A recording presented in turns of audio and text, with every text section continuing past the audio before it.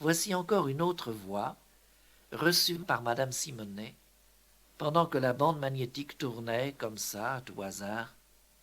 Elle discutait avec sa mère de ce que sera notre arrivée dans l'au-delà, quand nous retrouverons tous ceux que nous avons aimés sur terre, et aussi les saints dont on a tant entendu parler, et aussi le Christ.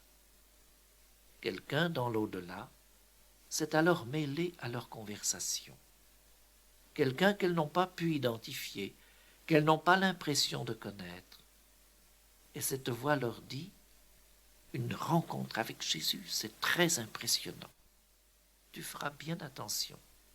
Cette voix est plus difficile à entendre. Mais je pense que, connaissant déjà le texte, tu pourras vraiment reconnaître les mots et que tu verras bien que nous n'inventons pas. C'est bien ce qu'il dit. Beaucoup de voix dans l'au-delà ne sont pas plus claires que cela. Donc je vous explique, c'était à Montpellier dans la cuisine et ma mère me parlait de Jésus. Ma mère était agnostique et mon père aussi, mais pas en vieillissant. Alors je lui dis, bah oui, Jésus, c'est quand même formidable tout ça. Elle me dit, ben forcément c'est le Fils de Dieu. C'est là que je suis tombée sur ma chaise, c'est le cas de dire, dans la bouche de ma mère. Alors on parlait de Jésus et une voix intervient. On était toutes seules dans la villa et avec le chien.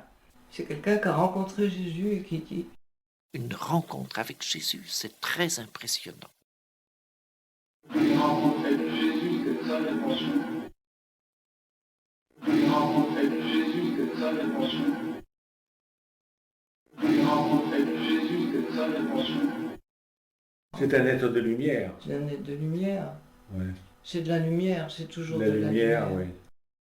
Une rencontre avec Jésus, c'est très impressionnant. Une rencontre avec Jésus que seul le penchant. Évangile de Luc. Jésus leur dit, Dieu n'est pas un Dieu des morts, mais des vivants, car pour lui, tous sont vivants.